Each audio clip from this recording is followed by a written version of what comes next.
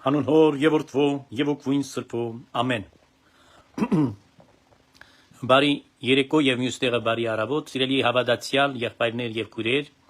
աշխարհասփյուր հայություն, իմ սիրելի Facebook-յան ընկերներ, հազարավոր եւ բազմահազար իմ հետևորդներ։ Սիրելի հայրորդիկ, Աստծո ձայնը հաղորդաշար այժմ ուղիղ եթերում է եւ վերլուծություն ենք պաստորեն միասին քննարկումներով այսօր դրան է նվիրված ուղիղ եթերը։ Եվ ինչպես որ ձևավորվել է ավանդությունը, սկսում ենք աղոթքով։ Կներեք ուշ սկսվեց, որովհետև անձրևի տակ ընկա եւ մի քիչ ժամանակը ճիշտ հաշվարկ չարեցի։ Սկսում ենք աղոթքը։ Օրհնյալ Տեր մեր Հիսուս Քրիստոս, ամեն։ Հայր մեր, որ եկինս ես, Սուրբ եղեցի անուն քո, եկեղեցի արքայություն քո, եղեցին կամ քո որպես երկինս եւ երկրի, ըստ հաց մեր հանապազոր դուր մեզ այսօր եւ թող մեզ սպարտիս մեր որպես եւ մեկ թողունք մերոց սպարտաբանած եւ մի տանիրս մեզի փորձություն ալ բրգյազ մեզի չարե զիքոյ արքայություն եւ զորություն եւ փառք Ավիդյանս Ավիդենից ամեն։ Ավասիկ սկսում ենք ուղիղ հերարցակումը, ինչպես որ ասեցի, մի քիչ ուշացա, որովհետեւ անձրևի տակ ընկա եւ ժամանակը ճիշտ չհաշվառեցի։ Ուրեմն սիրելի ժողովուրդ, այսօր իհարկե մեր թեման շատ կարեւոր թեմա է, այն է, որ վերջացավ եպիսկոպոսական այս հավաքը, եպիսկոպոսած հավաքը Ավստրիայում։ Իհարկե շահարկումներ, իհարկե ամեն տեսակի ուրեմն ապատեղեկատվություն, զանազան հարթակներից համացանցը հեղեղված է, մամուլը հեղեղված է, լրատվականները ուրեմն ամեն մեկը ինչ խելքը փրթում է իրենց, կամ ինչ որ պատվեց ստանում են, գրում են, բայց եկեք անդրադառնանք իրականությանը այնքան չափերով, որքանով որ կարողացանք եւ տեղեկություն ունենալ եւ իմիջայլոց հետեւելով այս հայտարարությանը, նրա բովանդակությանը ծանոթանալով, ուրեմն կարող ենք անել եզրահանգումներ եւ տեսնել իրական վիճակը ինչպիսին է։ Ընդհանրապես Հայաստանի վիճակը եւ այս շարժման վիճակը։ Այսօր իհարկե սիրելիներ, մենք նաեւ հետևում ենք ուշի ուշով, քանի որ մոտենում են ընտրություններ, ազգային ժողովի հերթական ընտրություններն են եւ բնականաբար այս հարցն էլ օրակարգի մեջ է եւ սերտորեն այս հարցերը կարծես թե երկուսը իրար մեջ են, մեկը մյուսի մեջ է դրված կամ իրար հետ կապված են։ Այսպես է ստացվում, որտեղ տեսնում ենք այս երևույթը եւ դրա ուրեմն արձագանքը ընդդիմադիր դաշտի քաղաքական շրջանակների իրենց քաղաքական հարթակներից եւ բայց իրենց քաղաքական հայտարարության բովանդակության մեջ ավելի շատ խոսվում է եկեղեցական թեմաներով այսօր, քան թե խոսվում է բուն քաղաքական նյութերից, այսինքն առաջարկներ, քանի որ դրանք չունեն, մեր ժողովրդին չեն կարող որևէ բան ընտրական իրենց, այսպես ասած, կամպանիան մատուցեն ճիշտ, հա, որպեսզի մարդկանց առաջարկներ բերեն, ծրագրեր ներկայացնեն, ասեն ռեալ բայց բաներ, ոչ թե Պետրոսի մոտ նստում են, Տևանյանը հիմար բաներ է խոսում, ասում է Չինաստանը կկառուցի ատոմակայանը, չգիտեմ, երկաթուղին կկառուցի, աբսուրդ բան է, բայց երբ որ Պետրոսը իրեն հարց է տալիս, ասում է գումար ինչքան է, ասում է չգիտեմ, չեմ կարող ասել, չենք հաշվել, եւ ոնց չես հաշվել, ոնց ես ժողովրդին այդ լոլոն պատմում, այսինքն մենք այդ լոլոները տեսել ենք ամբողջ անկախության շրջանը, մինչև 18 թվականը, եւ շատերը կան, որ արդեն լկտի ձևով ասում են, գիտեք ինչի մասին են խոսում, ասում են, որ մենք առհասարակ քաղաքական այս գործիչները ռուսամետ ենք, արդեն բացել են վարակույրը եւ առակույրը ետևից երևում է Պուտինի գլուխը։ Ինչպես որ այն սովետական միության ժամանակ բոլոր համագումարներին, բոլոր չգիտեք, պարտիական այս ժողովներին, բաներին Լենինի գլուխն է փակցված, հա, ամենտեղ կամ դրոշի վրա։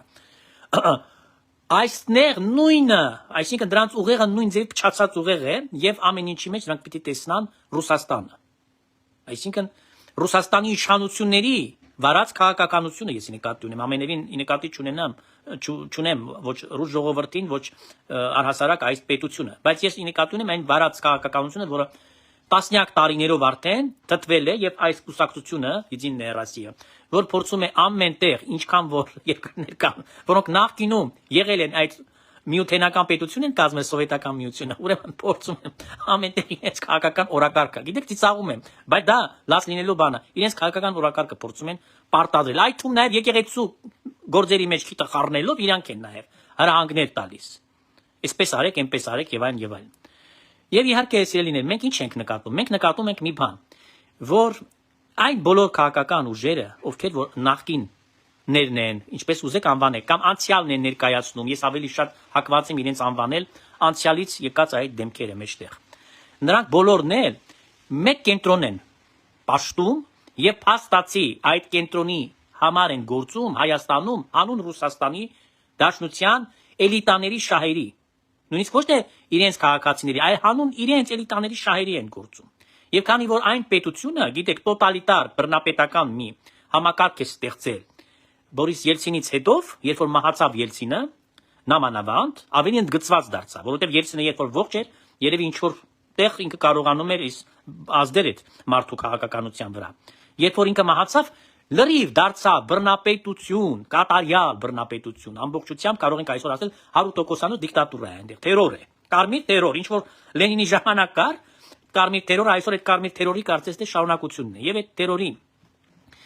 բովանդակությունը շարունակական է եւ նա ոչ մենակ տարածվում է Ռուսաստանի քաղաքացիների վրա, այլ նա տարածվում է ամբողջ նախկին սովետական միության, որտեղ որ տեղի են ունեցել հեղափոխություններ, դուք տեսեք ոնց ծանր է տարել Ռուսաստանի Դաշնության իշխանությունը։ Ատում են նրանք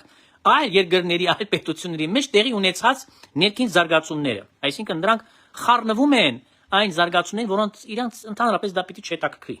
հա։ Ինչ գործ ունեն, օրինակ ռուսները այն բանի հետ, ես նկատի ունեմ, կրկնում եմ, ռուսները պայմանական եմ ասում, իշխանություններին նկատի ունեմ, որ Հայաստանում կամ Վրաստանում մերեն ժամանակ կամ չգիտեմ, Ուկրաինայում, տեսեք Ուկրաինայի հեղափոխությունը եւ իրենց համար փաստորեն այս հեղափոխության արժեքին հետևողականությունը համար լինելու փաստորեն իրենց ընթացքը ինչին հանգեցրեց, որ փլատակներ թողեցին Ուկրաինայից, արդեն ռազմական գործողություններ, ճիշտ է, նրանք կոչվում են SVO, հա, այդ հատուկ բանը օպերացիա են անվանում։ Բայց բովանդակությունը չի փոխվում դրանից եւ ըստ էության այսօր էլ նրանք աչք կգցեն Հայաստանի վրա, որովհետև Հայաստանում տեսնում են, որ այլ process-ներ են գնում, հակառակ իրենց է այդ process-ը, այսինքն այն քամին, որը փչում է այսօր Հայաստանում, այլևս նրանց չի բանանում, ձեռ չի տալիս։ Ահավասիկ սիրելիներ, սրանք վտանգավոր երևույթներ են։ Ես չգիտեմ, մարդիկ կան, որոնք շատ արխային են եւ այլն, բայց ես այսօր նկատեցի մի կարևոր տեղեկություն, որը նաեւ տարածվեց համացանցում, Էստոնիայի հետախուզական, ուրեմն, ծառայությունները մի կարևոր արձանագրում են արել, որ Ռուսաստանի Դաշնության իշխանությունը կփորձի ազդել Հայաստանում ընտրությունների արդյունքների վրա։ Եվ իհարկե ես չեմ բացառում տարբեր սցենարներ, որոնք դրանք գլխանց այսենց մոկոնել են։ Մի բան ենք տեսնում, չէ, նախկինում ես բոլոր մարդիկ թշնամիներ են։ Ես կարող եմ ամեն մեկին անդրադառնալ եւ նույնիսկ զուգահեռներ տանել կամ իրենց նախկինում արտահայտությունները թեկուզ մեկը մյուսի նկատմամբ ինչպես են վերաբերել կամ ինչ են մեկը մյուսին ասել։ Բայց այսօր մենք այս տեսնում ենք միասին, միահամուռ են գործում, պատրաստ են դաշինք կապել եւ այդ դաշինքը հանուն ոչնչի է ըստ մեզ, հա, հանուն ոչնչի, որովհետեւ այդ ոչինչը բերելու է Հայաստանը դեպի ոչինչ։ Հայաստանի վիճակը դեպի ոչինչ, այսինքն այդ դաշինքով դրանք ուզում են անցյալը նորից առաջ տալ եւ իրենք ուզում են նույն օրակարգը պարտադրել Ռուսաստանի Դաշնության նորից կցորդը դարձնելով եւ ամեն ծրագիրը ինչ որ այնտեղից կտելադրվի ցանկացած սցենար նրանք պատրաստ են նկատառացել ընդամենը այդ դրա համար է այսօր պայքարը որ մղում են այնտեղ ես ինչի եմ խոսում մի քիչ դա թեմայից չկարծեք որ դա բան է շեղում է ոչ սա կապված է շատ կապված են այդ երկու թեմաները ես քիչ առաջ ասացի այս մասին ուրեմն իրենք հենց ռուս իշխանությունները դիտում են հայաստանյաց արաքելական սուրբ եկեղեցին որպես վերջին բաստիոնը այդ ներքաղաքական զարգացումները հրահրելու իսկ Կտրիչ Ներսիսյանին այն ֆիգուրը որը որ խոցելի անձ է եւ նրա դավաճան է պետական դավաճան է եւ հանցագործ է եւ նաեւ ինքը շատ հանցանքներ որոնք արձանագրված են իրենց հատուկ ծառայությունների կողմից եւ քանի որ նրանց ոչ մենակ գործակալ է հանդիսանում ես բազմից եմ դա ասել եւ ուզում եմ նորից հայտարարել որպեսզի իշխանությունն էլ դա լսի եւ հասկանա եւ ցանկացած մեկը ով ելույթ է ունենում, այսօր абսուրդ բաներ եմ լսում, ասում է եզրացն է, բայց իրանք իր մասին չգիտենք, ոնց թե չգիտեք, բա որ չգիտեք 79 թվականին ինչի Կտրիչ Ներսիսյանին արտաքսել են Գերմանիայից, եթե նա գործակալ չէր, հենց դրա այդ բանով են արտաքսել եւ ինքը եղել է գործակալ առաջինը, նախքան Եզրասի գործակալ դառնալը, եւ ինքը գուցե խորհուրդ հետվել Եզրասին այդ ճանապարհով ընթանա ինքը, այսինքն մանրամասներին ես ծանոթ չեմ, բայց ինքն է եղել առաջին գործակալը, դրանից հետո Եզրասն է, եւ մի շարք հոգեվորականներ այսօր այդ ցանցի մեջ են, այդ գործակալական ցանցի մեջ են։ Եվ սպասարկում են Ռուսաստանի Դաշնության էլիտայի շահերը։ Իրենց հատուկ ծառայություններին հավատարմությամբ, ուրեմն շամպես ծառայելով եւ իհարկե իրենց քաղաքական էլիտաների պատվերները կյանքի կոչելով Հայաստանի մեջ։ Եվ քանի որ կրկնում եմ, եկեղեցին կապված է իրենց վերջին այս ծրագրին հետ, որովհետև նրանք հասկանում են, սա գիտեք շատ ծանր ընտրություններ են լինելու, որովհետև Ռուսաստանը մի զարմացեք, որ նման արտահայտություն եմ ունենում, պատերազմ է տալու, կռիվ է տալու ուղղակի, որովհետև դա մահու եւ կյանքի կռիվն է Ռուսաստանի, եթե կուզեք, որպես ինչ որ արդեն կիսափլուզված, կիսաջախջախված, բայց կայսրության մնալու, կամ ընդհանրապես ոչնչալու իբրև կայսրություն, այդ փչացած, իբրև դիկտատուրա։ Այսա շատ կարևոր է, որ շատ կարևոր արձանագրումն է, որ ուզում եմ։ Դրա համար Ռուսաստանը օգտագործում է մարիոնետներին, բոլոր մասերի, ինչքան գող, ինչքան ավազակ կա, ինչքան խուժան կա, անկախ նրանից, թե նրանք ինչ դիմագիտակ են, որ կուսակցությունն են այսօր ներկայացնում, դաշնակցականներ կլինեն, թե մեծ ձևով կլինեն, թե Բարգավաճ Հայաստանի տեսքով կլինեն, թե Հայ ազգային կոնգրեսի տեսքով կլինեն, այդ սատանեկին ինչ են բերել, բոլորին կալոդ են սարքել են, քարտերը որ կա, հա, այն խաղացել է գերեի փոքր վաղ այդ վեծման, որ բանը քարտը քաշում ես, մեկը ընկնում է։ Ես ինչ եմ ուզում ասել, հիմա դրանք ինչի են դա արել, որպեսզի ամեն մեկը խափեն հասարակությանը, գնա դրանց ընտրի, բայց չէ որ նրանք միասին են, այդ մի փունջա կեղտերի, որը գործում են հանուն Ռուսաստանի շահերի։ Ուրեմն դրանք պետք է ամեն մեկի ձայները կորզեն, գողանան, վերջում կոալիցիա կկազմեն, հայտարարությամբ արդեն նախորոք գալիս են, որ մենք միասին ենք պատրաստ աշխատել եւ այն, որպեսզի ձայների մեծ ամասնությունը խորհրդարանում ունենան եւ այսպիսով իշխանությունը իրենք ձևավորեն։ Նոր իշխանությունը, որպեսզի ձևավորեն իրենք։ Կտրիչ Ներսիսյանը ունենում է տարբեր հեռախոսազանգեր։ Ես իհարկե բոլորից տեղյակ չեմ, բայց մի հեռախոսազանգի մասին ես տեղյակ եմ, որը վերջերս է եղել եւ ես գրառում եմ կատարել, եւ ինքը քննարկել է, իհարկե իր հեռախոսից ոչ, ինքը տարբեր սարգսակներ է մոտը պահում եւ ամեն մեկից հեռախոսից օգտվում է եւ զանգեր է տարբեր խփում ստեղ այնտեղ։ Ուրեմն Ռուսաստանի հետ ինքը պայմանավորվածություններ, շատ հստակ պայմանավորվածություններ ունի, որից հետո է եւ այդ հավաքը, որ եղել է, նորից Ռուսաստանն է իրեն առաջարկել, հասկացել Ավստրիայում։ Նա Մոսկվայում կաներ, իհարկե կաներ Մոսկվայում, բայց Մոսկվայում չարեց, Ավստրիա արեց։ Մի տեղ, բայց պետք է նորից եթե իրան բաց թողնեն երկրից, Մոսկվա է գնալու։ Միանշանակ, որ այս սցենարը այսօր օդից կախված է, բայց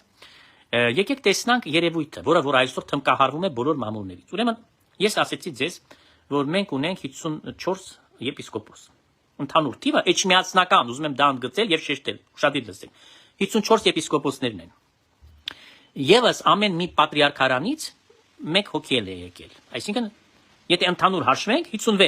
56։ Ուրեմն այդ 56-ից ներկա է գտնվել 25-ը։ Ուրեմն էջմիածնից ներկա է գտնվել ընդամենը 23, այդ երկուսը, մեկը Կոստանդինապոլսի հայոց պատրիարքարանի եպիսկոպոսն է, մյուսը Երուսաղեմի հայոց պատրիարքարանի եպիսկոպոսն է, որ շահարկում են, ասում են 25 են, բայց 25 չեն, 23 են։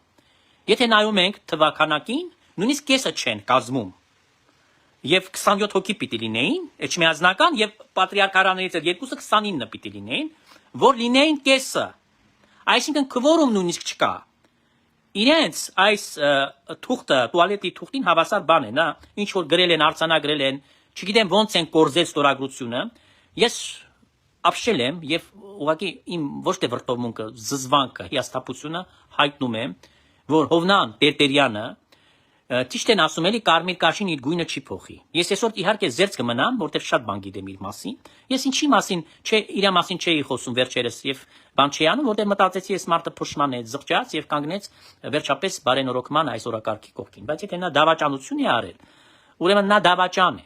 Եվ ում է նա դավաճանել։ Ես բացատրեմ դավաճանությունը, իրական դավաճանությունը, որը կարող ենք որակավորել։ Երբ որ մեր Տեր եւ Փրկիչ Հիսուս Քրիստոսին ես դավաճանում,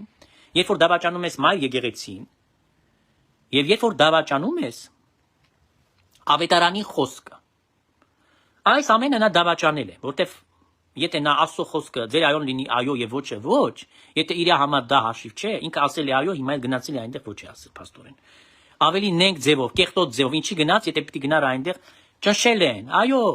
Եզրասը դրան բաներ է ցույց տվել, իր պատկերները տարբեր տեսարաններում, ես դա ենթադրում եմ, բայց դա հիմք ունեմ ենթադրելու, ու Եզրասը իրեն սսկացրել է եւ ասել է խելոք կմակագրես այդ բանը։ Այսինքն, տեսեք, այդ մարդուն շանտաժով, քանի որ նա բարոյական մարդ չէ, մաքուր մարդ չէ եւ առաքինի վարքից շատ հեռու մեկն է, այս պատճառով իրեն բան են արել, սկսել են իրեն շանտաժել։ Եվ հաջողվել է, ճնշում են բանացրել, երևի խուլիգաններ են եղել եւ այն, ես չգիտեմ մանրամասները, այդքանը դեռ չգիտեմ, բայց ես ենթադրում եմ, որտեղ չի կարող մարդը շուրջ 170 աստիճան, այսօր ասի մի բան, ներկայացնի այդ նույն հավաքին ինքը ուղարկել էր այդ բոլոր հարցերը, հարցադրումները, որոնք ուղղված էին հավաքի անդամներին, բոլորին, այսինքն ինչի համար որ հավաքվել են, պետք է այդ հարցերի պատասխանը հնչեր այնտեղ։ Պետք է պատասխանեին այդ հարցերին, եւ եթե սպառիչ պատասխաններ լիներ, նա կարող էր նորից իրավունք չուներ մենակով որոշել, քանի որ նա արդեն այդ խմբի մեջ է մտել, հա, համակարգող այս խորհրդի մեջ, նա պիտի խորհրդակցեր իր եղբայրների հետ եւ երկրի վարչապետի հետ, որից հետո իր որոշումը առներ։ Ինչպես է նա վարվելու։ Բայց նա ոչ նա արեց, ոչ մյուսը արեց, նա ուղակի դավաճանեց։ Այդ դրա համար դա կոչվում է դավադրություն, դավաճանություն, բայց էապես բան չի փոխվել։ Այսինքն 9 հոգին ամուր կանգնած են։ Նույնիսկ եթե Հովնան Տերտերյանը, ես չգիտեմ, գուցե վաղը նա հայտարարություն անի կամ մյուս օրը։ Ես ներողություն կխնդրեմ իրանից, եթե նա հայտարարի, որ դա այդպես չի, ինքը չի դավաճանել իր հայացքները, այլ ուղղակի իրեն այնտեղ ստիպել են։ Դա չի բացառվում։ Ես չգիտեմ, կարող է խուլիգանները ասեն, որ քեզ կսպանենք, եթե դու այդ հայտարարությունը չանես։ Ես շատ գիտեմ, թեև Ավստրիան այն պետությունը չի, նա կարող էր ոստիկանություն զանգել եւ ոստիկանությունը անմիջապես ներկա կգտնվեր։ Բայց այդ հայտարարությունը տեղի է ունեցել։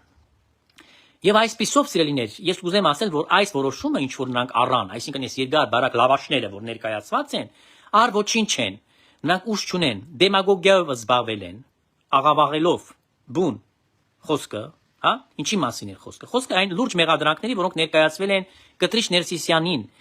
եւ Կտրիչ Ներսիսյանի համար այս հարցերը խնդիր են, որտեղ ինքը մինչ օրս ոչ մեկի վրա պատասխան չտվեց, ոչ մի բանի համար ինքը չպատասխանեց իր մեղադրանքներից, որևէ մեկին նա չանդրադարձավ ոչ մի ձևաչափով։ Եթե հիշեք, օրեր առաջ էլ որ գնում էր, լրագրողը իրեն սադրեց, ասում են ձեր մասին, որ դուք զավակ ունեք, բան ինչ ասեց, լուր մնաց, ջուրը արավ վերանը եւ չխոսեց այս մասին։ Այսինքն եթե մարդը չի խոսում, եթե մարդը լուր է մնում, եթե մարդը չի պատասխանում իրեն հնչեցրած մեղադրանքներին հասեն, լրությունը համաձայնության նշան է, ուրեմն նշանակում է նա ընդունում է, նա համաձայն է դրա հետ, ինչը որ իրեն առաջարկվում է։ Սա միանշանակ փաստ է, սիրելիներ։ Հիմա այն եպիսկոպոսները, ովքեր որ գնացին, ես ուրախ եմ, որ մեծամասնությունը չեն այնտեղ։ Իհարկե մի քանի հոգի դուք կարող եք ասել բանտերում են, այո։ Մի քանի հոգի բանտերում են, նրանք էլ բարի խարճ չեն, բայց նրանք ավազակներ են եւ ինձ համար այլևս, եւ ես կարծում եմ տեղապահի բարագայում իրանք եպիսկոպոս չեն այլևս։ Չի կարող մարդ ընկնել բանտ, եպիսկոպոս, եթե նա հավատքի համար հալածված լիներ ընկնել բան Հիսուս Քրիստոսի անվան համար, սա ուրիշ է։ Եթե մարդը հանցանքներ է գործել, աշխարհիկ տեկուս հարթակում, հա, այսինքն քաղաքացի որպես, ուրեմն այլևս նա ինչ եպիսկոպոս է, նրանց եպիսկոպոսությունը այլևս պիտի իրենց առնվի իրենցից։ Այսինքն ես կարծում եմ այն բոլոր մարդիկ, ովքեր որ բանտերում են, նրանք այլևս եպիսկոպոս չեն։ Ես չգիտեմ, թե մեր բանտերը ինչի են վերածվել, թե մեր իրավապահները ինչի են այդքան փափուկ։ Ես չեմ ասում, բոլոր գող ավազակներին դուք այդպես եք վերաբերում։ Ես այդ հարցին դժվարանում եմ պատասխանել։ Ինչ եմ ես դրանից հետևում։ Ինչ է հետևում։ Ինչ շահագրգռվածություն ունեք դուք, որ իրենց բամբակների վրա եք դրել։ Ես օրինակ կարգել եմ գեստ օգտագործեն մեղադրյալներին։ Ինչի համար պիտի այն մարդը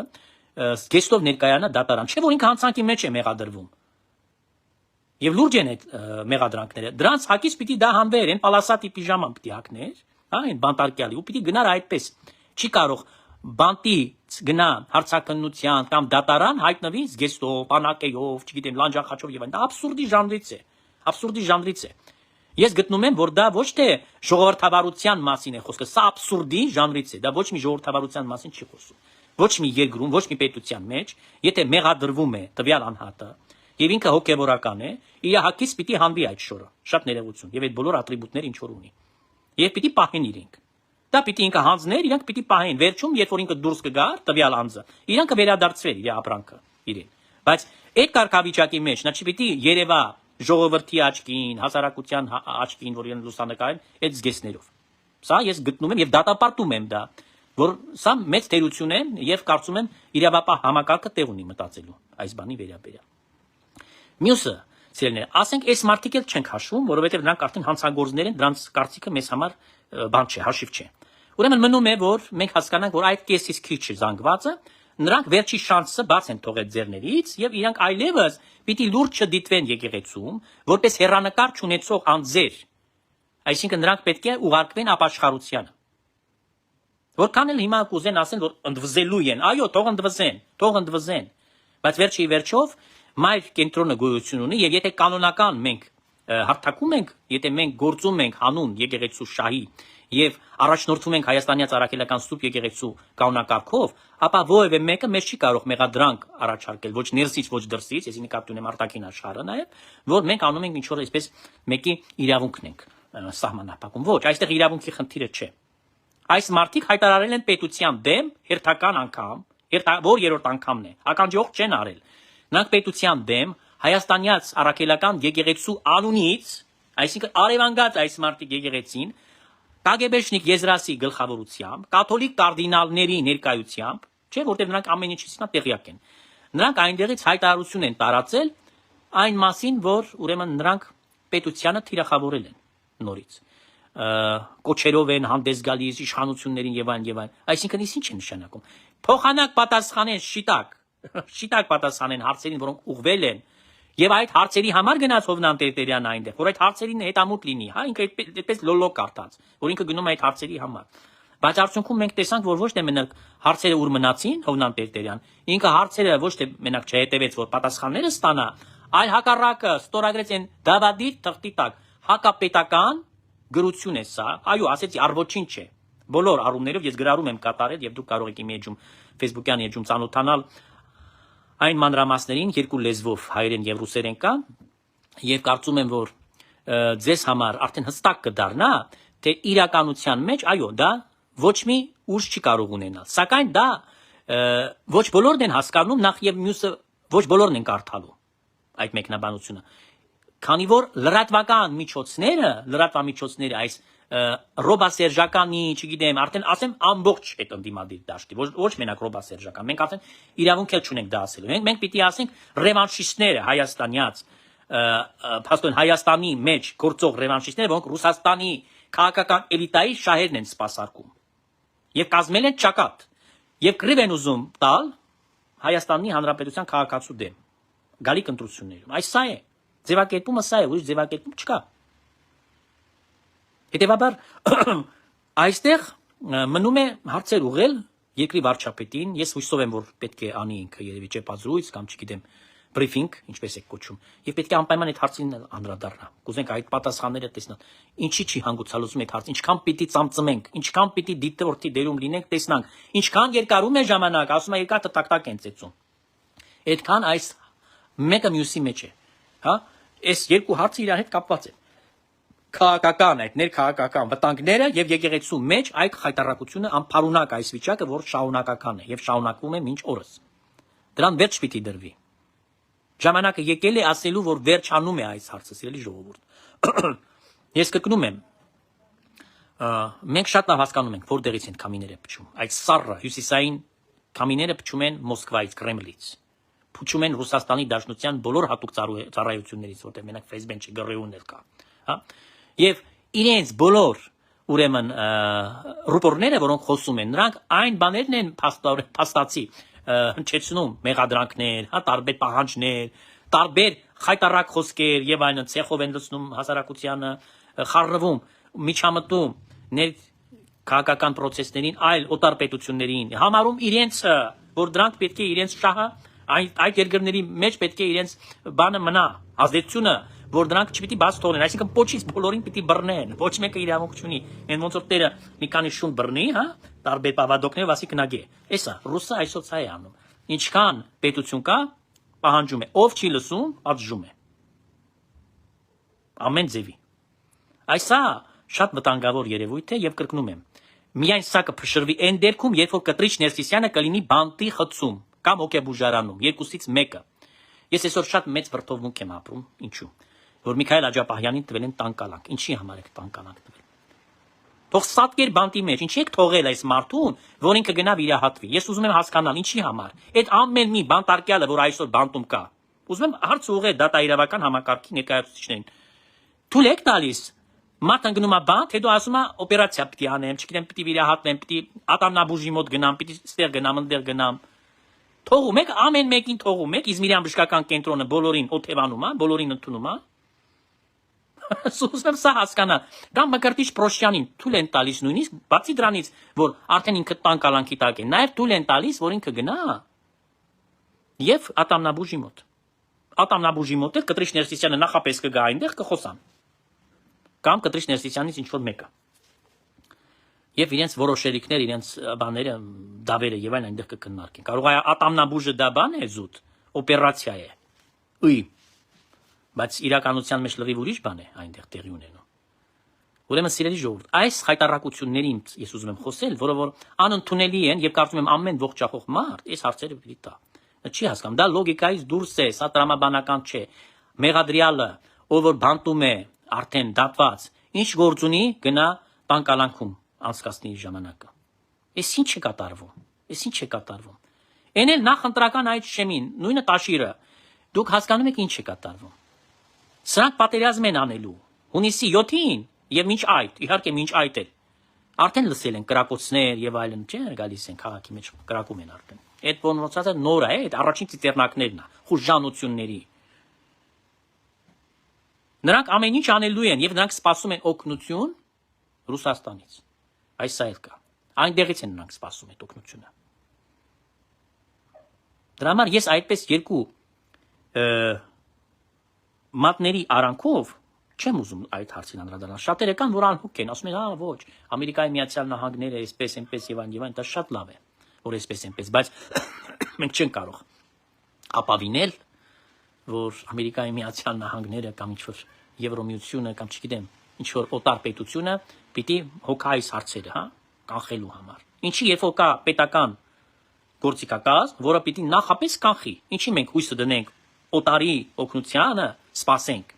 Կլինի թե չի լինի, բայց մոռանանք, որ պետական գործիքակազմ կա, որը որ այդ հարցը կարող է շատ հանգիստ լուծել այսօրվա դրությամբ։ Եվ ուրեմն ոչ թե պիտի տանկալանքներով սահմանափակվեն, մարդկանց ազատության մեջ դնեն, հետո թույլ տան գնան ատամնաբուժերի մոտ կամ բժշկի պատրվակով վիրահատեն։ Ես ինչ իմանամ, թեկուզ այդ Միքայել Աջապահյանը վիրահատել են իրեն թե ոչ։ Ով է եղել։ Ոստիկանը կանգնել է այդ վիրահատման տեղում, հսկել է այդ օպերացիան տեղի ունեցել է թե ոչ։ Ես կասկածում եմ։ Իրավունք ունեն թե ոչ։ Ես կասկածում եմ այս մարդկանց ազնվության վրա։ Նրանք սիմուլյանտ են, նրանք խաբել են այնտեղ կամ իրենց մշակված պլանն է իրենց փաստաբանի հետ եւ օգտագործելով տկարությունը, թուլությունը դատա իրավական համակարգի Հայաստանում, որը խոցելի է շատ։ Այո, այսօր այս բացերը մենք տեսնում ենք, նրանք ակնհայտ են։ Եվ փաստացի այս բացերով այս սրիկաները նորից կուլմինացիային են հասնում։ Տեսնում եք հիմիկվա հոխորդանքները, խոսակցությունները, հաղթական այդ հավաքի ճակերտավոր բանից հետո ինչեր են խոսում։ Միթե ձեզ իշխանություններ կամ դատա իրավական կամ չգիտեմ այս ամբողջ պատկան մարմինների այդ համակարգ դա չեղավ, դուք չճանաչեցիք մինչև վերջ, դուք ուզում եմ նորից ձեզ հարց տալ, դուք մինչև վերջ չճանաչեցիք նենգությունը, սրիկայությունը, սադանայությունը Կտրիչ Ներսիսյանի։ Ես ցավում եմ, եթե եւ ապշած եմ, եթե մինչև հիմա դուք չեք ցանկացել վերջնական հասկանաք ինքը ով է։ Ինքը ներ է, ինքը ավելի շուտ է գործելու, քան թե ձեզ թվում է։ Տեսեք, մասոնը կանգնում է իր համար։ Մասոնն է կանգնում իր համար, ցույց անում, խուժանություն անում։ Ես ասում եմ, սա մի քանի կենտրոններին, մի քանի տերերին, մի քանի սատանաներին նա ծառա է։ Եվ հավատարիմ ծառա է։ Եվ դրա համար իրենք ամեն ինչ անում են ու անելու են։ Մինչև վերջ անելու են, որ նրան, այսպես ասած, բալուլեն, այս բամբակների վրա դնեն։ Բայց պետության դեմ միթե կարելի է կռիվ տալ։ Եթե մենք ասում ենք այսօր, որ մենք անկախ, ազատ, ինքնիշխան երկիր ենք, պետություն ենք, ուրեմն ապացուցեք գործին վրա, ոչ թե լեզվով։ Լեզվով մեզ հետաքրքիր չէ։ Մեզ պետք է որ դու գործնական քայլերով դա փաստեք, որ պետության դեմ խաղ չկա, պետության դեմ չես կարող որևէ գործարք անես, այսպես ասած, նենգությամբ խափես պետությանը, դատարանին խափես, չգիտեմ, բանտից պլստած դուրս գաս գնաս տունը նստես, ինչի համար։ Ինչի համար։ Եթե դուք բոլորին այդպիսի բան անեք, այսինքն Հայաստանում այդպիսի օրենք կլներ իդեալական, որ բոլոր բանտարկյալները տնային կանանք ստանային, գնային դրանից հետո ուրեմն բանտ ընկնելուց հետո գնային էլի սենց մի քիչ մնային, որից հետո ամիջապես գնային իրենց տներում, բաներում, տանկալանքով լինեն։ Ես կասեի, որ հեքիաթային մի հատ պետություն է, մի հատ սենց օրենք կա բան, բայց չկա տենց բան, չէ՞։ Որտեղ ենք լսել, որ բանտերում, ես հիմա եթե բանտերը գնանք, այցելենք, ինչքան մարդ տեսնենք, որ տարիներով նստած են։ Մի հատ գողության, մի հատ չգիտեմ ինչ որ մի թեկուս մեկին սպանելու հոտվածով։ Թեկուս մեկին սպանելու, բայց այս մարդիկ քանի մարդ են սպանել, քանի մարդ են կերել, քանի մարդ են խորտակել ճակատագրերը, ինչեր են արել։ Կտրիչ Ներսիսյանին մենակ մեղադրում եք մի բանի մեջ, որ ինքը դատարանի որոշումը չի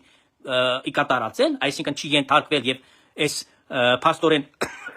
դրա մեջ եք մեղադրում, որ ինքը արհամարել է դատարանի վճիռը։ Ոչ, ես մեղադրել եմ եւ ուղարկել եմ ձեզ հազարավոր փաստաթղթեր, արդեն այդպես եմ խոսում, որ իրականություն եմ խոսում։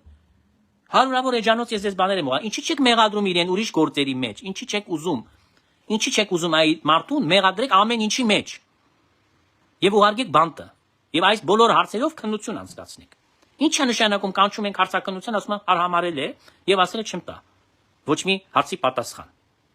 Այսինքն չեմ հարցականնվի։ Ես չեմ հասկանում, ինչ, եթե այդքան նա զորավոր է, եթե նա այդ աստիճանի սատանա է, որ ձեր ուժը չի պատու, ուրեմն չգիտեմ ինչ ասեմ ձեզ։ Պետություն։ Չգիտեմ ձեզ ինչ անվանեմ։ Եթե ինչ որ մարդը իր գեղից եկել հասել է, դրիկի միջից դուրս եկած, տգետը, որը 70 տարեկան է, քանի տարեկան է ավել է,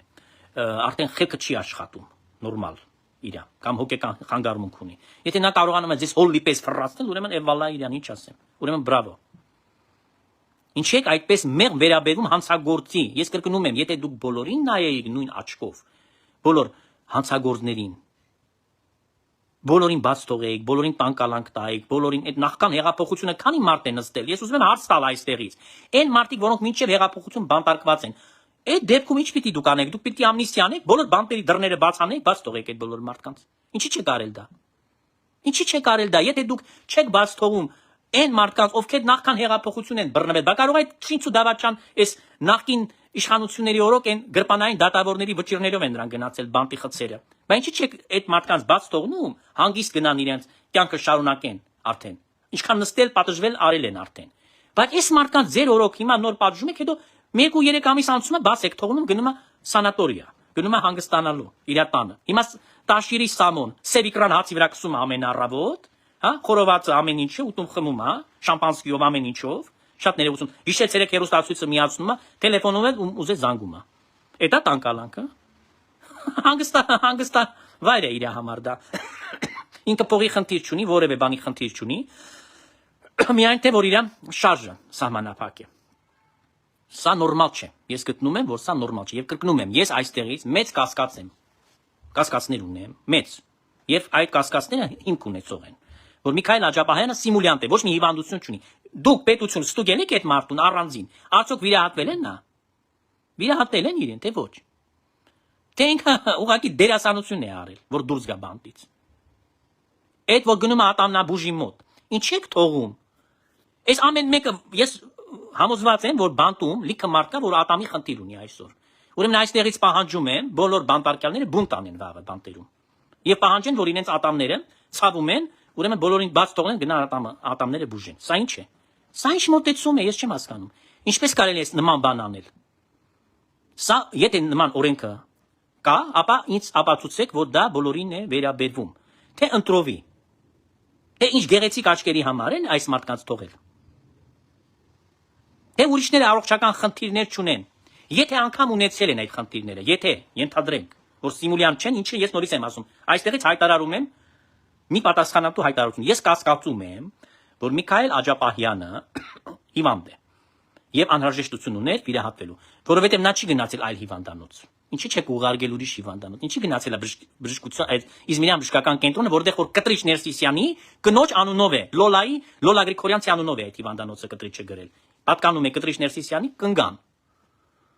Եվ շատ լավ գիտեք այնտեղ էս կազմը, այդ մարդիկ ովքեր են։ Բոլորը այն մարդիկ են, որոնք Կտրիչ Ներսիսյանի թելադրանքով են անելու, որտեղ ինքն է դրանց վճարում աշխատավարձ։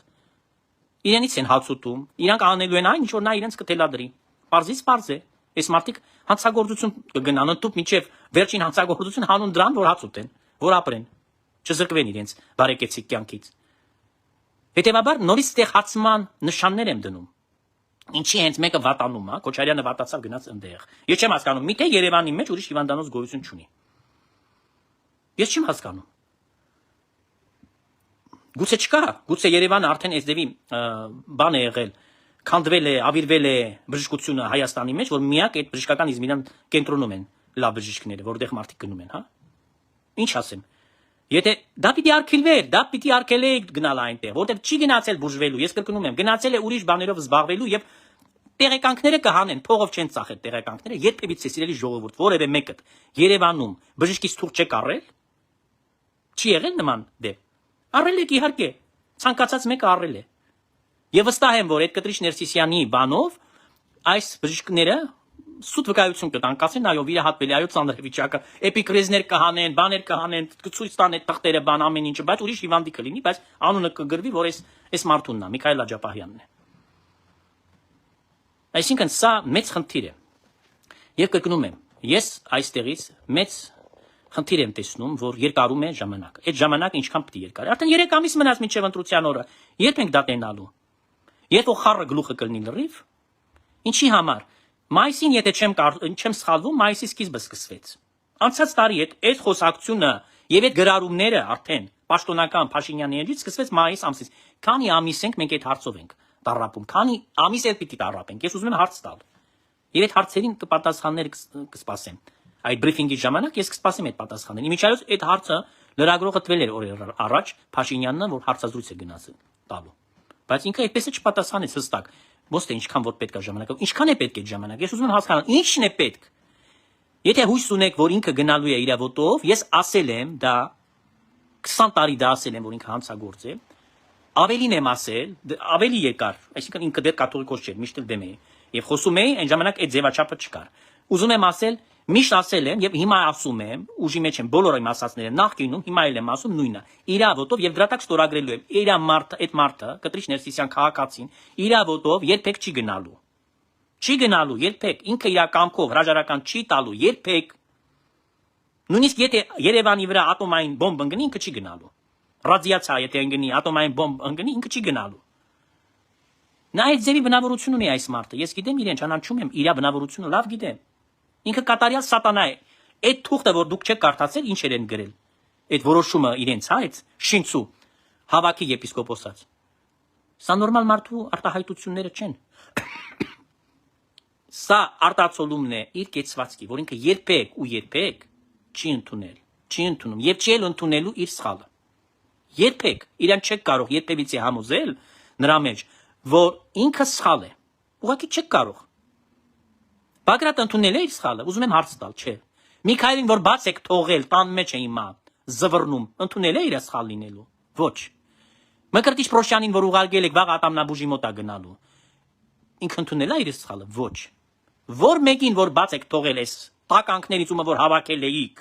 իբր թե դատելու համար եւ պիտի նստեին այնտեղ պատիժ ստանալու համար, ընդունել են իրենց սխալը, իրենց մեղավորությունը, խոստովանել են, եթե Աստված ամենակարող, որ սեր է, եւ բոլորիցս պահանջում է ինչ, դիտակցել մեր մեղքը, ինչի մասին է մեծ պահքը, ինչի մասին է ապաշխարությունը, որ ամեն մարդը պիտի ճանաչի իր մեղքը եւ ապա զղջա դրա համար եւ խնդրի ներողություն Աստծուց,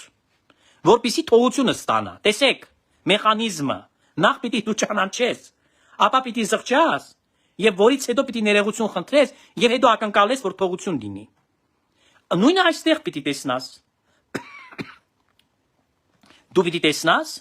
որ այս մարդիկ իսկապես անկեղծորեն զղջացել են։ Բայց նման բան չկա։ Եվ հետո էլի մի բան պիտի ասեմ, էլի պրոֆեսիոնալիզմի բացակայությունը, շատ ներողություն եմ խնդրում իհարկե դրա համար, որ որակավորում եմ ձեր աշխատանքը, շատ կներեք ինձ, հազար ներողություն։ Բայց կողքից այդպես է երևում։ Միթե օրենքը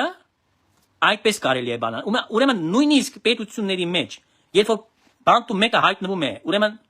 այնտեղ զղջում է, չէ՞, եթե նույնիսկ ապաշխարում է, ուրեմն դրանից հետո որ այդ բանը տեսնում են ամիջապես իր կարգավիճակը փոխում են դրա վրա։ Ես այս երկրորդ պետություն չգիտեմ, ուղղակի չգիտեմ, ասեք, գրեք ստեղ։ Ասեք, կա ցենց մի պետություն չկա։ Լիխտենշտեյնում, այո, բանտի մեջ ռեստորանից բան են, ուտելիք են տանում, ամենաաշխարհի հարուստ պետությունն է։ Նույնիսկ Շվեյցարիայից ավելի հարուստ է։ Շատ փոքր բնակչություն ունի, եթե հասկանում եք, Ավստրիայից կամ Գերմանիայից պերսոնալ է գնում այնտեղ աշխատելու։ Այդ բարեկեցիկ, այդ նորմալ պետություններից գնում են այնտեղ փող առնելու, որտեղ իրենց մոտ այդ փողը չեն կարող աշխատել, ինչ որ աշխատում են Լիխտենշտեյնում։ Այո, այնտեղ ավելի մեղմ օրենքներ են գործում, դռները բաց է եւ այն մարդիկ Դանիայում էլ ինչ ես մի քանի տարի արդեն չեմ եղել, բայց երբ որ եղել եմ բավական մեղմ էր օրենքը, չգիտեմ, գուցե փոխվել է արդեն տեղյակ չեմ։ Բայց Լիխտենշտեյնի համար 1000%-ով ես իրազեկված եմ։ Այսինքն այդ պետությունն է Հայաստանը։ Հայաստանը նախկին սովետական պետություն էր։ Այսինքն այդ մենտալիտետով դեռ որ առաջնորդվող ժողովուրդը։ Եվ եթե դա այդպես չլիներ, ապա նախկին ժամանակները, նախկիններ ենք անվանում, հա, կամ անցյալը ներկայացնող քաղաքական այդ բոլոր ռևանշիստները, ովքեր որ Ռուսաստանի Դաշնության քաղաքական էլիտայի թելադրանքով պատրաստում են ռևանշ վերցնել Հայաստանում ամեն գնով, դա տեղի չէր ունենա։ Լիխտենշտեյնում նման բան գոյություն չունի, ոչ մեկի մտքում, Շվեյցարիայում էլ չկա տենց բան։ Դանիայում էլ չկա տենց բան։ Չկան, այդ պետություններում չկա տենց բան, որ տենց բաներով զբաղվեն։ Հիմա ես ուզում եմ հասկանալ, Հայաստանը միթե այդ ձևի երկիր է, որտեղ կարող ես դու հենց այդպես, չգիտեմ ինչի համար, մարդու բանտից կարգավիճակը փոխես եւ իրեն տանկալանքի դնես բանից հետո։ Շատ կներեք ինձ էլի։ Այդ եսի նկատի ունեմ իրավապահ կամ չգիտեմ դատա իրավական համակարգին է այդ խոսքս ուղված։ Հետևաբար սիրելի ժողովուրդ, ես ուզում եմ ասել, որ շատ վրդովված եմ, ես չափից ավելի, ես շատ նեղված եմ, չափից ավելի, եւ առավել եւս ես զայրացած եմ, վրդովված եմ Հովնան Տերտերյանի վրա, նեղված եմ իշխանությունների վրա եւ զայրացած եմ դատաիրավական համակարգի վրա, ովքեր որ նման տկարամիտ գործ են անում, փաստորեն։ Կներեք, որովհետեւ սա այլ կերպ ես չեմ կարող անվանել։ Պետք է մարդկանց, եթե դուք պատժում եք, պատժեք մինչև վերջ։ Կիսատ ասում է не бывает ասում է Նապալավինո բիրեմինն է, հա, այսպես արտահայտություն կա։ Կիսատ չես կարող լինել հղի։ Կամ հղի ես, կամ ոչ։ Ուրեմն եթե պետություն կա, եթե պետությունը սպասարկում է օրենքը եւ քաղաքացու շահը, ապա այդ պետությունը պարտավոր է օրենքի տարին համաձայն շարժվել։ Խտրականություն չպիտի որևէ մեկի պարագայում ինչ որ բաներ լինեն, հա։ Ես ուզում եմ ուղղակի այդ հոդվածները բան չեմ կարողանում գտնել, ես չեմ կարողանում։ Գրեք էլի, ես ինչքան ման եմ գալիս, ես չեմ տեսնում առանձին ինչ որ հոդվածներ, որտեղ որ գրած է, որ մեկին կարող են տանկալանք տան, պրոստը տակ, հա։ Ինչը ասի, որ կույրաղիք ունեմ, չգիտեմ, մյուսը ասի, չգիտեմ ինչ ունեմ, լուծեմ։ Չեմ կարող դա ասել։ Գիտեք ինչին է նման։ Օրինակ ես պարզ ասեմ։ Հիմա անցած անգամ մենք խոսում ենք եւ ես նույնիսկ գրառում արեցի Վարդան Պողոսյան կա, Ուրարակիր Մոսկվայի մեջ, մի խուլիգան լակոտ, որը որ ամեն ինչ անում է Եզրասին բան անելու համար, շողոքորտում է։ Սպասարկում է Եզրասի բոլոր շահերը, անմնացորդ։ Հիմա Եզրասը որ վաղ իրեն ասի ինքնասպան եղի, ես համոզված եմ դա անելու։ Ուրեմն իր կյանքը փրկել է Եզրասը, փողետվել, վիրահատել են, հիվանդ է եղել, վիրահատել են։ Ես իմացա դրա մասին եւ արդեն իսկ թակարդն է։ Եզրասը շանտաժ է անում, բացի դրանից, որ իր հետ այլանդակ կապի մեջ է, սերային, անթույլատրելի, նաեւ այս հարցը կա այստեղ։ Եվ դրա համար սպասարկում է Եզրասի շահը։ Այսինքն մի բանի համար է անում։ Տեսնում եք, ես ինչի համար այդ օրինակը բերեցի։ Տեսնում եք, երբ որ մարդը այսպեսի բաներ է անում, ես ուզում եմ ուղղակի մոտիվացիան հասկանալ եւ ոչ մի ձևի չի հասկանում։ Ասում եմ, այս մարդը ինձ օրինակ կոնկրետ չի ճանաչում, երբեք չի շփվել, ոչինչ տեսել է, ոչինչ հետ խոսացել է։ Ինչի այդքան թարախ ու թույն ունի իմ անձի նկատմամբ։ Ինչ եմ իրեն արել։ Անձնապես ոչ մի բան։ Բայց ինչ ասես իմ հասցեին ասեց, ինչ ասես իմ մասին գրեց, ինչ կեղտ ասես իմ գլխին լցրեց։ Բայց լավ է ես, բավո Գևորգ Սրբազանին է կպնում։ Ինչ ասես ասում է, ինչ ասես բանա, վերագրում է իրեն ամեն բան։ Եվ հասկացա հիմա այդ մոտիվացիան, որ դա Եզրասի պարտադրանքով է արվում այս ամենը։ Իհարկե իր մեղքը դրանով չի նստեմ անում, բայց գոնե կա բացատրություն։ Հիմա ես ուզում եմ հասկանալ դատաիրավապահ համակարգի այս անդամների վարվելակերպը, այսպես փափուկ, նուրբ, բամբակների վրա դնել այդ ստահակներին, ինչով է պայմանավորված։ Ինչի արդյունքում է ծնվում այդ որոշումը փոխել։ Հազար անգամ թող փաստաբանը դիմի հետով ինչ։ Պիտի դիմի եւ պիտի մերժվի, պիտի դիմի եւ պիտի մերժվի, թող դիմի։ Իր գործը դիմելն է, այո, ինքը փաստաբան է, ըստ օրենքի, ժողովրդավարական երկրում ամեն մարդ իրավունք ունի իր իրավունքները պաշտպանելու, դատարանում ամենուր է փաստաբան ունենա։ Կարա շատ ներողություն տուալետ գնա փաստաբանով իր։ Խնդիր չկա, Եվրոպայում էլ այսպես է։ Փաստաբանի հետ ուզում ես գնա։ Բայց դա չի նշանակում, որ փաստաբանը քեզ ազատելու է,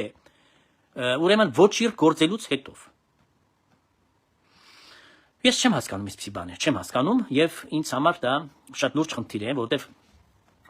տեսնում եմ ինչպես որ սև ամպերը կուտակվում են, ամենասուր այդ ամպերը կուտակվում են Հայաստանի ժողովրդի գլխին։ Եվ եկեղեցական դաշտում, երբ որ անարխոժություն է եւ նման ստահակ մոտեցում է, երբ որ եպիսկոպոսների հավաքը ավարտվելուց հետո այդ կոնսուլտացիաների մենակ ձևաչափով կարող էր տեղի ունենալ։ Այնտեղից թղթեր են գայսենց երկար լավաշներ եւ այդ լավաշներում գրում են տարբեր սուտի մուտի բաներ, որոնք իհարկե ուշ կգնում եմ, չունեն ոչ մի, բայց այնուամենայնիվ գրվում են ու դրա տակ երբ որ ստորագրում է մի մարդ, որը իբրև թե բարենորոգման ծրագրերին հեղինակներից մեկն է կանգնած է այդ բանին, ուրեմն սա նշանակում է, որ սա վերին աստիճանի խայտարակություն է։ Ուրիշ ոչ մի բան ես դա չեմ կարող ասել ժողովուրդ։ Եվ ակնկալում եմ, որ մեր քաղաքացիները երկրում ապրող Հայաստանի մեջ եւ աշխարհասփյուր հայությունը նաեւ պետք է դա գիտակցի։ Եթե Հովնան Տերտերյանը դիմացել է այդ ցույցերին, որ իր դեմ անում էին այնտեղ Ամերիկայի Միացյալ Նահանգներում, հա, իր դեմ անցկացնում էին տարբեր բողոքի ակցիաներ եւ ինքը շանտեղ դրանց չէր դնում։ Ես ենթադրում եմ, որ Ավստրիայում եզրած ուղղակի կոմպրոմատ հանեց եւ ասեց այսա, մենք բան կանենք, տարածենք։ Կամ էլ նայեք, հիմա ինչ են գցել շրջանառության մեջ։ Այն տեսանյութը, որը բոլորս էլ տեսանք մեր աչքերով եւ այդ տեսանյութի մասին Գևորգ Սրբազանը վկայեց Մաստերտոտնյա թեմի բարեխնամ առաջնորդ Գևորգ եպիսկոպոս Սարոյանը, որ հենց կաթողիկոսն էր, հայ սրիկան, կաթողիկոս կոչվածը շրջանառության մեջ դրել այդ տեսանյութը, որը Արշակ arczepiskopos Խաչատրյանը, հա, այդ կեղծ չհոգևորականը, Պլանկաշ Սամվելը, այդ ամփարոյականությունը, որ անում է։ Հիմա երկու քննություն անցավ, մեկը քննչական կոմիտեն, որը պետական մարմին է բարձրագույն, մյուսն էլ օտար երկրա չեզոք պետություն։ Սրանից հետո նրանք գնում են, չգիտեմ, ինչ որ տեղերում փողով առնում են, թղթեր բերում են, ասում են, այդ ինչ որ դուք ստուգել եք, պետությանն են ասում, որ դա սուտ է։ Եվ հիմա այսօր գեներացրել են ժողովի տեղ, ասում են դա սուտ է։ Պետությունը խաբել է։ Դրանից հետո ես հարց եմ տալիս, էլի, ես դուք միթե պետության անունից ով կարող եմ խոսալ։ Իհարկե իշխանություն ունեցող կամ լիազորություններ ունեցող անձինք, հա? Իշխանությունն է ներկայացնում հայոց պետականությունը տվյալ շրջանում եւ լիազորություններ ունեցող պաշտոնյաներ բարձրաստիճան, որոնք պատկան մարմիններում, չգիտեմ, դատաիրավական համակարգում եւ այլն, որտեղ որ նրանք զբաղեցնում են իրենց դիրքը, իրենց պաշտոնը։ Հիմա ձեզ բոլորին այս մարդիկ հայհոյում են։ 23 էջմիածնական եպիսկոպոս ձեզ ինչ է ասում այս բանի մեջ։ Ասում է, որ դուք խափեփան եք։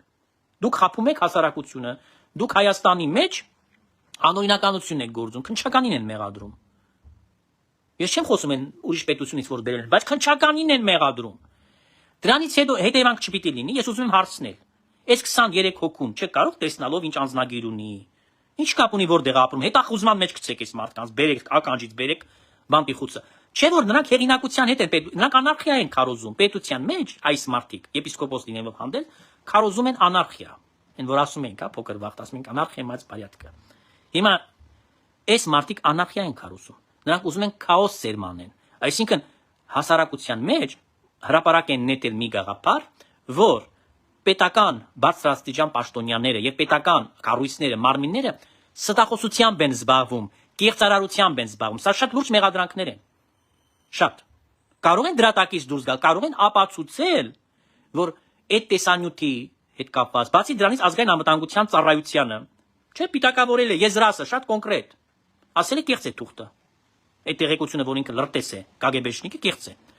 Դրանից հետո ես ուզում եմ հասկանալ, Ուկրաինան չէ որ հետախուզման մեջ է դրել այս մարդկանց։ Ինչի դուք Հայաստանի պատկան մարմիններ չեք հայտարարում Ինտերպոլին,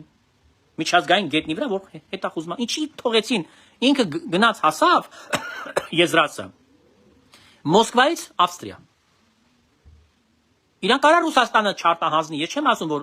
բամբակի վրա կդնի իրան շակալանել կուտացնի շվեյցարական, ես չեմ ասում, որ բան է անելու, իրեն վնաս է հասնելու ռուսը, ոչ, բայց դուք կարա եք ձեր կողմից ստեղծել խնդիր, որ եզրասը էլ այլևս Ռուսաստանի դաշնությունից մենակ Սևեռնի հյուսիսային Կորեան կարար գնար։ Մեկը Չինաստանը, չգիտեմ, այն պետությունը, որը որ ռուսի հետ է, եւ որտեղ սանկցիա բանկ չի գործում, բայց ոչ թե ինքը վեր կենա գնա Ավստրիա, այսինքն դա Հայաստանը պիտի անի, կամ այս եպիսկոպոսները անպատիժ պիտի մնան, չէ որ նրանք մեղադրել են ձեզ, հայտարարել են, որ դուք կեղծ փաստաթղթեր եք հրապարակում, այսինքն ձեր էքսպերտիզան, հա, ինչ որ դուք արել եք այդ քննությունը, այդ տեսանյութի, իհարկե առանց քննության են, որ ասում են նիվարուժոնն եմ, սա երևում է, որ դա իրական է, բայց նրանք մեղադրում են ձեզ, ուրեմն հայաստանյաց առաքելական եկեղեցու, էջմիածնական 23 եպիսկոպոսները, դրա մեջ ձեզ մեղադրել են, մեկ հատ եպիսկոպոս Երուսաղեմից, իմիջիայլոց կարծեմ Հայաստանի քաղաքացի են, Լակոտը, որ բանից է գնացել Երուսաղեմից, մյուսն էլ Կոստանդնուպոլսո հայոց պատրիարքարանից Արամ Աթեշյանին մենք լավ գիտենք, այն գլխից գիտենք իրան, ինքը ինչ պտուղ է, նրա այդ գործն է, նա թուրք է, ինչա, թուրքական պասպորտ ունի, ինչ ունի։ Ասենք դրան ձեռը չի հասնում, ենթադրենք։ Բայց այդ մնացածին չեք կարող հետախուզման բանով, հա, Ինտերպոլ գցեք, դրանց կան չեք այստեղ, պետությունն են քանդում, բայց այդ պետություն քանդելը ոնց անում, պետք է անպայման գա բան անի, այստեղ ինչ որ զենք կիրառի կամ տերակտ անի, որ մենակ դրանով չեն քանդում մենակ պետությունը։ Իրենց պաշտոնական հայտարարությամբ, որ արդեն իսկ վավերական չէ, բայց գիտակ մարդկանց համար իսկ մեծ մասը ժողովրդի այդքան քաջատեղյակ չէ եկեղեցական կանոնակարգից։ Նրանք մոլորեցնում են մարդկանց փաստացի։ Եվ ինչ է ստացվում, որ այս հայտարարությունը, որ դրանք կատարում են, դրանք պետությունը հեղինակազրկում են։ Ամենաբարձր ինստիտուտները պետական, նրանք ներսից կազմակերպում են, որովհետև դրանք ասում են, որ դուք զբաղվում եք կեղծիկով եւ սուտ բաներ եք անում։ Սա ամենավտանգավոր երևույթներից մեկն է։ Ուրիշ վտանգ դրանից ավելի մեծ ես չեմ կարող պատկերացնել խաղաղ կյանքի պայմաններում, որ տեղի ունենա։ Իհարկե, եթե պատերազմ են անում քաղաքացիական եւ սկսում են իրար վրա կրակել, բոմբ գցել, դա ուրիշ է, բայց եթե խաղաղ կյանքի պայմաններում էլ որ վտանգների պիտի։ Երբ որ այսպես բաներից հնչում են նման ձևի մեղադրանքներ եւ որի ապացույցը չունեն։ Ուրեմն իրենք թողած իրենց հարցերը, որ իրենց ուղղվել են այդ հանցանքներին հետ կապած, տեսեք ուզում են մոլորության մեջ գցել բոլորին։ Ասում են այդ տեսանյութը կեղծ է, ուրեմն այդ բոլոր հարցերին մենք չպիտի պատասխանենք։ Այս այդ տեսանյութը ինչ են կեղծանում հենց դրա համար, որովհետեւ Հովնան Տերտերյանը մատնանշել էր, որ այստեղից է սկսվել խնդիրը եւ դրա համար մենք սկսել ենք փորփրել։ Իրանք եպիսկոպոսները։ Դրա համար կրկնում եմ, ես ուզում եմ այս բոլորի մասին ոնց ասած պաշտոնական պատասխաններ ստանամ։ Կարծում եմ ոչ թե դա մենակ անձնական Տեր-Սահակ Քահանա Գալստյանի հարցերն են։ Ես կարծում եմ սա մեր ժողովրդի Հայաստանի քաղաքացիների նաև եւ ընդհանրապես հասարակության հարցերն են։ Ես փաստորեն բոլորի անունից եմ այդ հարցը տալիս։ Եվ ոչ մենակ հասարակության այս շատ ընդգծված ասում եմ Հայաստանի առաքելական եկեղեցու բոլոր հավատացյալների անունից։ Վստահ եմ, որ ամեն մեկ այդ հարցը ունի տալու։ Այս սպասում եմ եւ ակնկալում եմ այդ հարցերի պատասխանը։ Հակառակ պարագայում ես կրկնում եմ, սիրելի ժողովուրդ, չի կարելի այս մոտեցումով առաջ գնալ։ Եկեղեցին այսօր դարձել է օթյակ սատանիստների, որտեղ մենք տեսանք մասոններին այնտեղ, եւ Ռուսաստանի Դաշնության հատուկ ծառայությունների եւ Կրեմլի իշխանությունների կամ Կրեմլի իշխանություններին հետ ցերտաճած էլիտաների, շահերը սպասարկողները։ Եվ այս ամենի այդ քաղաքական փաստորեն այսօրվա անդիմադիր դաշտի միավորումը, համախմբումը, ձուլումը, ինչ որ ուզեք ասեք, ով է գեներացնողը, ով է այս ամենի կնքահայրը։ Անշուշտ Կտրիշ Ներսիսյանը, օգտագործելով Հայաստանյաց առաքելական եկեղեցու Մայրաթոր Սուրբ Էջմիածնի դարերով եկած հեղինակավոր անունը։ Այսինքն սպեկուլյացիա անելով եկեղեցու անունը շահախելով ցեխի կեղտի հետ իրենց նկրտումների համար, քաղաքական, իրենց նեղ անձնական շահերի համար, իրենք Մայրաթորը եկեղեցին վերածել են, ասում եմ, Կուկուշկայի աթոռը եւ սուտ եմ խոսում բարբերաբար։ Այդ սա են արել եւ իհարկե սիրելի ժողովուրդ, սա վտանգավոր է եւ կարծում եմ, եթե մենք դրա պատասխանները չունենանք, այլապես ես գտնում եմ անիմաստ է խոսել։ Որտեղ սա մեծ հարված է, շատ տգեղ երևույթ է այս բոլորը։ Եթե դա շուտ վերջանար, այս բանի չեն կհասնի։ Ոչ այդ հավաքին կհասնենք ոչին բանի։ Հիմա ինչին էր պետք այս մարդկանց որոշ եպիսկոպոսների, ասենք, անձերի հետ կապված, որ նրանք արգելված են նրանց ելքը երկրից։ Որևէ բանի չծառայեց, որևէ բանի նպատակի չծառայեց։ Եթե նրանք նույնիսկ գնային այնտեղ, նորից պետք է անվավեր ճանաչվեր, որտեղ հավաքը չի կարող որոշում առնել։ Եպիսկոպոսած հավաքը, ի տարբերություն եպիսկոպոսած ժողովի, իրավասու չէ որոշումներ կայացնել, որոնք պետք է կյանքի կոչվեն։ Եվ իմացանք նաև, որ Կտրիշ Ներսիսյան սատանան միացել էր on-line, Zoom-ով, բանով իրենց առաջ բան է արել, հաչացել է այնտեղ։ Եզրասին էլ ուղարկել է։ Դուք ամենավտանգավոր դեմքին եք այնտեղ, ամենամեծ բանդիտը Եզրասն է, իշխանությունն է։ Դուք իրան եք բաց թողել, ինքը գնաց այնտեղ խառնելու։ Իսկ դուք պետք է այդպես անեիք, իր ճամփորդությունը փորձանք սարքեիք։ Եվ կարայիք այդ անեիք, ես վստահ եմ, որ կարայիք։